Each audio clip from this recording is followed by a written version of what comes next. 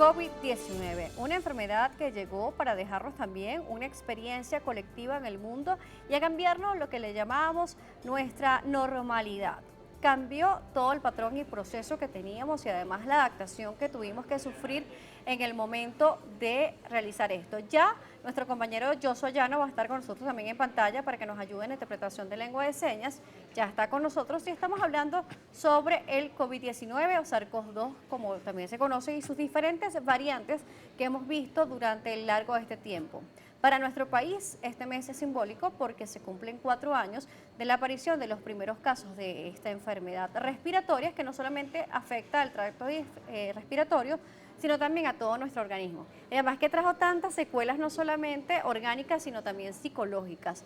Para hablar sobre este tema, el doctor Manuel Figuera, médico infectólogo y expresidente de la Sociedad Venezolana de Infectología, nos acompaña el día de hoy. Un gusto recibirlo. Bienvenido, doctor. Gracias, Daniela, y gracias por hablar de este tema que definitivamente 4 años pareciera poco para lo dramático que fue COVID-19 y el impacto que ha generado. Totalmente, vemos cómo un virus que entra por la vía respiratoria, principalmente, afectó tanto y a tantos países de manera simultánea. Y no solo el compromiso en el salud, sino también a nivel económico, político, social, evidentemente psicológico, porque las personas al estar encerradas generó muchos traumas que todavía seguimos manteniendo en el tiempo. Pero dentro de lo positivo, la ciencia respondió generando elementos como las vacunas, tratamientos que pudieron permitir que hoy en día tengamos nuevamente una normalidad.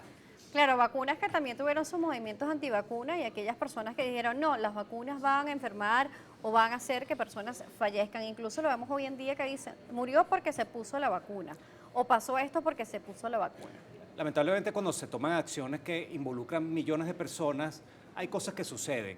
Y sé que puede sonar, por ejemplo, ridículo muchas veces, pero en ciencia, por ejemplo, si alguien lo vacuna y se cae al día siguiente, uno entiende que esa caída no fue por culpa de la vacuna o si chocó.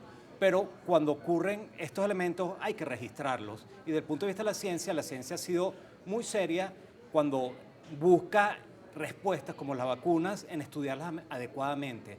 Se estudió como corresponde y se sabe evidentemente cuál es su eficacia, pero también se saben cuáles pueden ser sus problemas en general. Pero no hay duda de que las vacunas cambió las cosas. Lamentablemente muchas personas que no quisieron vacunarse por ideas antivacunas fallecieron. Y yo creo que parte del aprendizaje es, tuvimos una pandemia en medio de unas redes sociales, de internet, de distintas cosas que permitieron que información adecuada trascendiera, pero información inadecuada llegara a las personas. Y a veces la decisión individual se vio sujeta de qué tipo de información recibió las personas. Claro, vemos cómo la tecnología pudo facilitarnos muchas cosas y también empeorarlo.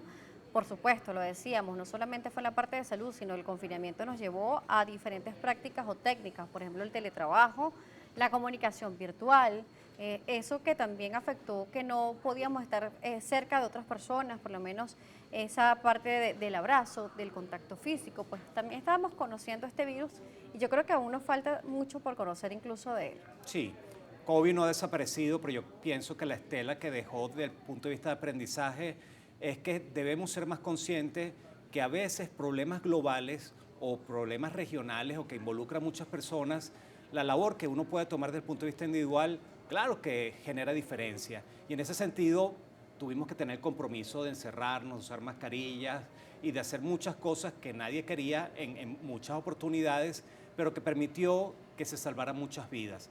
Fallecieron muchas personas, se calculan que 15 millones de personas fallecieron en consecuencia de COVID, tanto directa como indirectamente. Y digo directa porque se calcula unos 7, 9 millones de personas que fallecieron por COVID en todo el mundo en todo ese periodo, pero también hubo personas que no pudieron recibir atención de salud por estar los centros colapsados. Entonces, parte del aprendizaje que tenemos que tener es que no podemos permitir que esto ocurra. Ya hablaban de la enfermedad X, que es una enfermedad potencial que pudiera ocurrir en el futuro, pero debemos aprender. Y parte del aprendizaje es que los humanos tenemos que tomar medidas muchas veces para evitar que estos problemas se extiendan mucho más allá. Claro, dicen, el COVID no ha desaparecido, pero vemos eventos o lugares en donde siguen estando sumamente concurridos.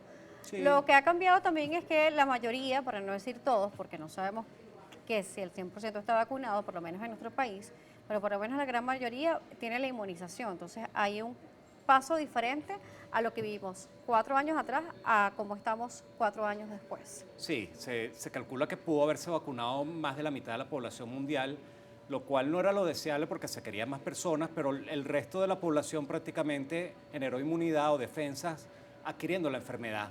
Algunos, sus defensas no fueron lo suficiente para soportar y fallecieron, pero los que sobrevivieron hasta cierto punto tienen esa respuesta de defensa junto con los vacunados y eso permitió en conjunto que el virus se frenara.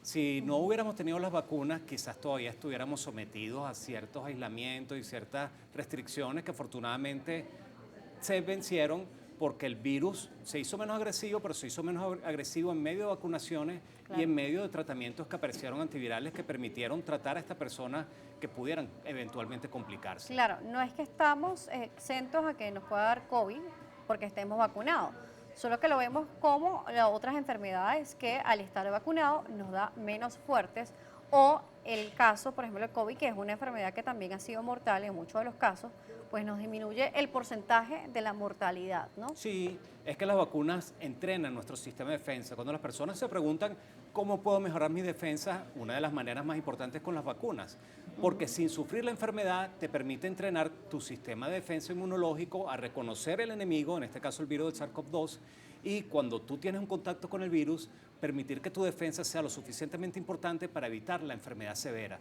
Entonces, las vacunas no evitaban la infección, las personas se podían enfermar, pero disminuían la posibilidad eventualmente de ser hospitalizados, de fallecer por la enfermedad o de sufrir incluso consecuencias posteriores a largo plazo. Y las vacunas no son 100% efectivas, que es un elemento bien importante. Las vacunas oscilaban su eficacia un 90%. Eso significa que protegía de 100 a 90 personas de manera importante, y lo cual no es despreciable, pero habían 10 personas que eventualmente podían no haberse beneficiado de la vacuna, ya sea por edad, porque tenían las defensas bajas, por distintas razones, y es parte de lo que a veces surgió en las redes. Yo me vacuné y a pesar de eso estuve muy grave, o mi persona, mi familiar se vacunó y a pesar de ello falleció, y bueno, era parte de lo que se esperaba lamentablemente, que no iba a proteger a todo el mundo, y por eso las mascarillas, las restricciones que teníamos, era parte de las medidas que teníamos que tener en conjunto.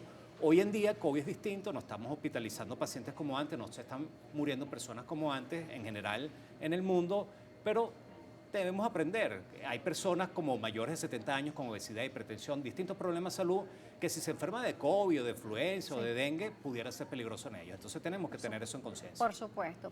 Vamos a ver al regreso sobre los tratamientos, que sabemos que es demasiado diverso, es un gran abanico. Y además esas creencias que teníamos en ese momento, incluso de las cadenas de teléfono, en donde te mandaban casi que un combo o un cóctel milagroso para hacer un sistema de defensa mucho más fuerte. Y esto realmente en salud no hay fórmulas mágicas ni combos para que lo podamos hacer. Sí nos dejó un aprendizaje y eso es lo que tenemos que rescatar. Yo rescato el lavado de las manos, por ejemplo. Vamos a irnos a la pausa. Al regreso el doctor Manuel Figuera nos seguirá acompañando, quien es médico infectólogo y expresidente de la Sociedad Venezolana de Infectología. Lo vamos a dejar también con recomendaciones para evitar el contagio de COVID-19. COVID-19.